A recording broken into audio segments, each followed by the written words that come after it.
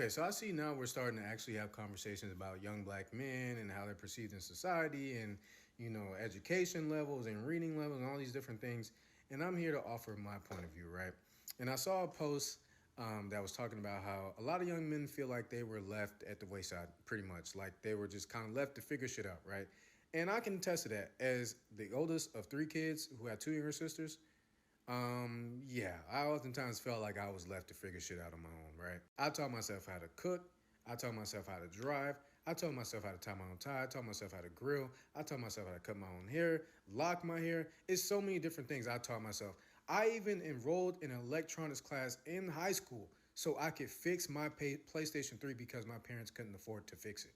And You know what's crazy, man? Y'all have to excuse me. My nose is itching the f out of me right now. What's crazy to me, man, is unfortunately this experience. Well, this particular experience is pretty unique. I definitely didn't enroll in a robotics club to learn how to fix my PlayStation 3 back in the day. Uh, but a common theme amongst a lot of young people, a lot of young black people, I'm not gonna even say just men, but women as well, we were self-taught in a lot of different aspects. Like our parents didn't sit down and show us how to do certain stuff.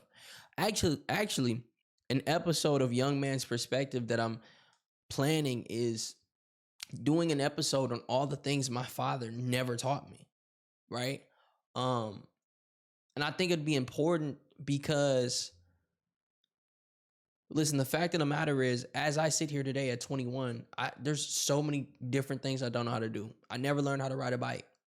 I never learned how to uh, do an oil change. Never learned how to change a tire, right? Or do basic maintenance things with cars.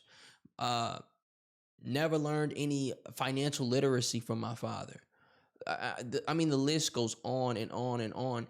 And because I'm trying to be the type of man that I'm trying to be, all of this has to be learned. All of it has to be learned. None of it can be left behind with the kind of guy that I'm trying to be.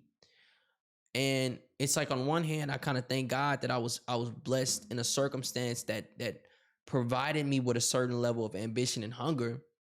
But on the other end, wow, I just really I imagine how much further along if I was exactly how I am and who I am. I wonder how much further along I would have been with a lot more guidance, in certain departments, especially in the masculinity department, right?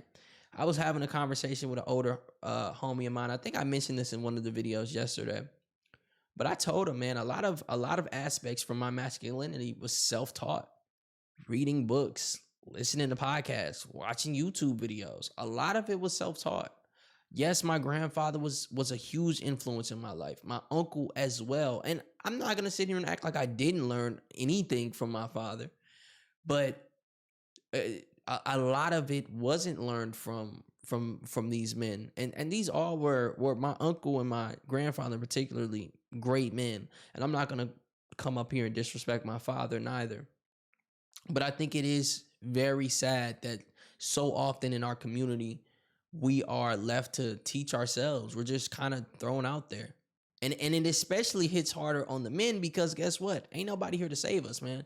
You either get it together or you don't. that's what I did. I fucking fixed it. I taught myself how to do it.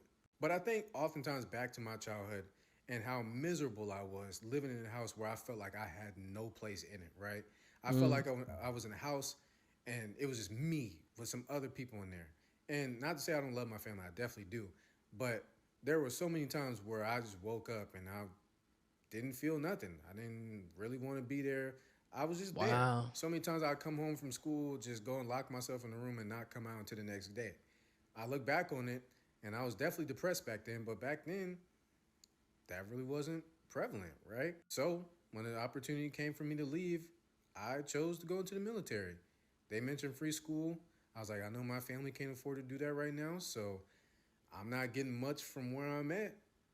Why not leave? So I And you know what? The military actually isn't I mean it's a really good option. It's not even like I was about to say it's not that bad of an option. No, it's a hell of a damn good option. Um And the military, I think, would enforce so many just good masculine things, masculine traits, masculine habits, discipline. But I do want to touch up on that depression, right? Because I do think that a lot of Black people are dealing with a lot of internal trauma, right? And I hope this brother in particular, his name is TJ, I think. I hope TJ went and got him some counseling or some professional help, or if anybody who's watching this video dealt with some, internal depression or points in your life where you felt isolated from the world, you felt isolated from your family, and you didn't really feel any connection. Like these are things that uh, a clinical therapist, some mental health there, some mental health help there would really be beneficial. And I advocated for it for anybody who went through a certain level of trauma. I think it's important, to deal with those things, man. And a lot of that is due to our environments, right? We grow up in such a state of lack, right, and not having. I learned very early on what no meant, right? And the kind of mom that I had, no meant no, but not because I don't want to get you it. Like, not because I don't want to get you it and I don't want to just spoil you with everything, but because we didn't have the money for it. And I learned that very quickly. And it forces you to grow up very fast. Self-teaching yourself things, raising your siblings, and don't let your mom. Well, most of us come from single mother homes, right? But especially when you're the oldest boy, you kind of have to play a father figure to your siblings. You have to do a lot of the things that if mama had a man, or if daddy was there, he would take care of that. So I mean, it's like I said, it's so much trauma, so much hurt, so much pain plagued in our community. I don't mean to keep interrupting. I'd love to keep hearing what Left. And that this brother decision is talking about. ultimately shaped my entire life. I am so much more disciplined than I was. I'm so much more focused on what I want to do.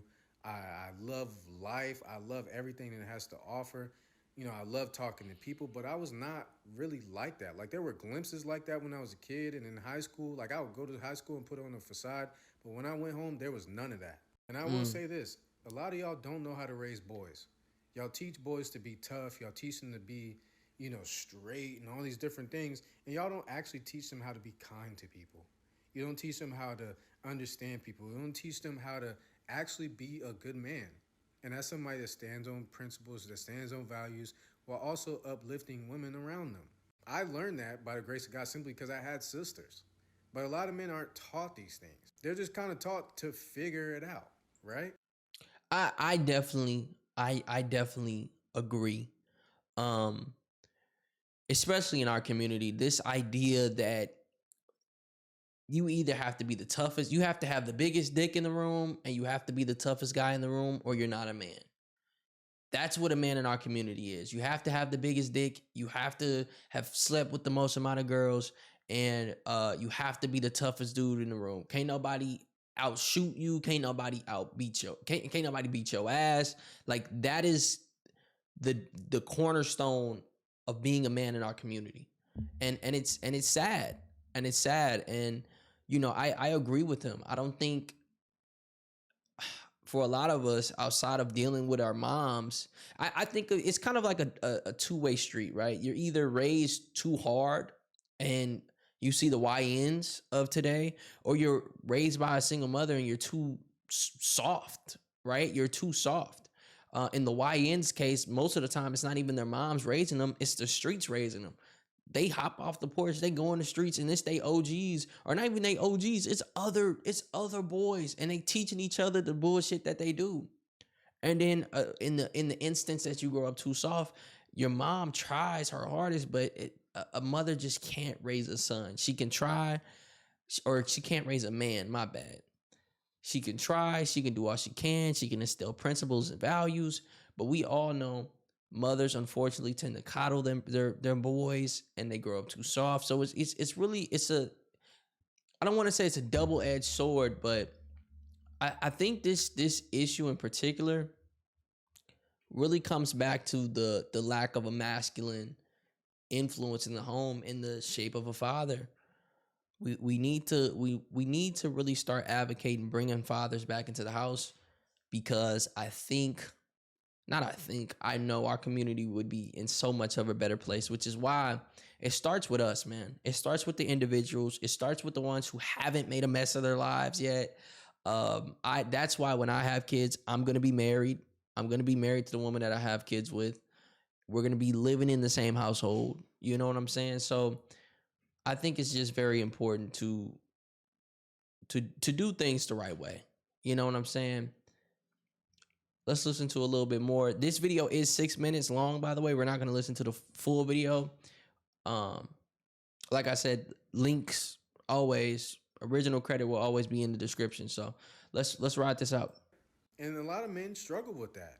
They don't have the tools necessary to figure the shit out. So they struggle. What are you gonna do when the only thing that you can relate to that brings you any type of joy is a fucking video game, and you have no structure? Facts. You're probably gonna play the fucking video game, right? Facts. You're probably gonna do everything that you're not supposed to do instead of picking up a book or educating yourself, because you don't have the tools equipped to do that type of stuff, right? Now, And guess who would equip them with those tools? A father. a masculine influence. Guys, come on, man. Come on. We are about at the 3-minute mark of this video. Like I said, I want you guys to go to this guy's page, finish the video on out. I'm gonna finish it off camera because I think it's an amazing video. But yeah, man, we gotta start equipping our younger people. You know, and again, I think it starts with us. Like when I have a son one day, I'm going to equip him with the tools that I wasn't equipped with. But you also have to be a student of life. You know what I'm saying? You have to keep learning. You have to keep growing and expanding and reading and discovering new things and being open to being wrong. That's why I ask y'all at the end of every video, was I wrong? So sound off in the comment section below. Shout out to TJ's discretion. Like I said, credit will always be to the original content creators. Link is in the description. Go check him out. It's your boy D, and I'm gone.